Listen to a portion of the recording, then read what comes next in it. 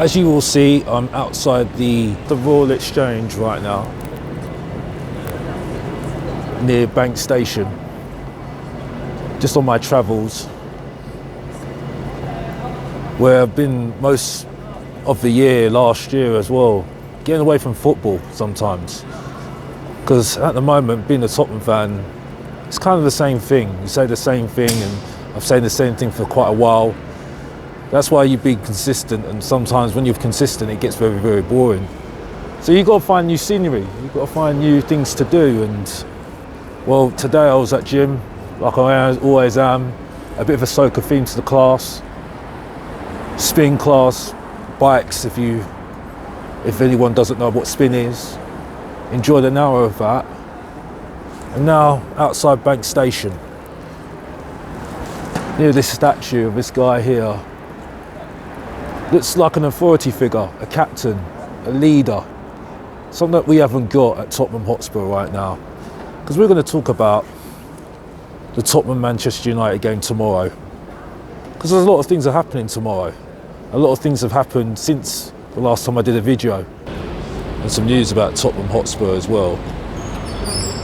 But this is where normally I've been outside, going to different places, where Tottenham are not really going nowhere, let's be honest, and why there's going to be an important protest tomorrow. But let's get straight into it. Yo, it's your boy Mr. Box Office from Mr. Box Office TV, back with another video. And in this video I want to speak about the happenings at Tottenham Hotspur. We've got a very, very important game tomorrow against Manchester United, and a lot of things have happened since the last time I've done a video. Since then we've lost games like the Carabao Cup semi-final against Liverpool. We've lost the game against Aston Villa in the FA Cup fourth round. And now, after a win, we did win the last Premier League game against Brentford, but that's just kind of a distant memory right now. So now we're going into the game against Manchester United, and it's kind of a six-pointer, if you want to say. Two teams that really shouldn't be in the position that they're in at the moment. It's a crucial game for both teams. And we had some news today with Tottenham Hotspur welcoming back Vicario, Adoji and possibly Maddison as well into the team, with an injury list that is unprecedented, I was told, by most Tottenham fans. The excuses for the manager, Ange Postecoglou, who is getting his day of execution still. He's still here, surviving, when other managers wouldn't be here still, which is surprising in itself, but also gives a lot of praise to the ownership for sticking with their man, which is what I said before, but we don't want to repeat ourselves again. It's like I say, I've not really been doing a lot of videos recently because of the fact that I've been repeating myself for quite a while now. I've done this 5 years, and I've been on the same tone for quite a while, which I'm sorry that I haven't been doing a lot of videos. But when you're repeating yourself, you do get sick of it, and you get sick of a lot of things. And it's why I'm here, like I said earlier, when I've shown you around the whole place. As you'll see, there's a clock right there. And this time nearly up for the ownership and Ange Postecoglou. Well, this is going to be interesting to see, because we've got a lot of crucial games coming up in the coming weeks. Manchester United at first. Now, it's interesting because we've got an injury list that is clearing up now, and then most players are coming back. So the squad is becoming more stronger, and we're going to have less youngsters and more experienced players. Is that a good thing or a bad thing? Because really, let's be honest, the experienced players have really let us down for quite a while, and the likes of Bentancur, the likes of Dragusin, who's unfortunately injured and out for the season. The fact that Basuma, most of the midfielders, Sarr, Maddison hasn't been great. Kulu recently hasn't been great because he's tired. Poro. The only one really who's put his hand up high is, well, Kulu to an extent, even though I still don't rate him. Then you've got Tell now in the team now. Son's not been great. So, Timo Werner might be possibly back as well. So it's a lot of things that are, a lot of players that haven't really been on good form, and it's accommodated why we're bottom half of the table, 14th, and we're looking down rather than up. Even though we're lucky, we're very, very lucky that that the teams that are bottom three are not great at the moment, are not performing, and not putting pressure on us. That's why we're not in a relegation battle at the moment, when it's not squeaky bum time, which is not good. We should be hanging our heads up high on that. That's not good at all. We should be ashamed of it. But this is now crucial now for Tottenham to just try and rescue the season. The season now, the league's done for me. So now it's about Tottenham just preserving what we've got and trying to make most of what we've got in terms of now the Europa League now. But it starts with Manchester United, and the excuses now for the manager has got to stop. Has to stop.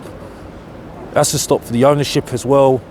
And obviously we've got a big protest going on during the game, before the game, and a little after the game as well, which is going to really see whether all us can unite as one.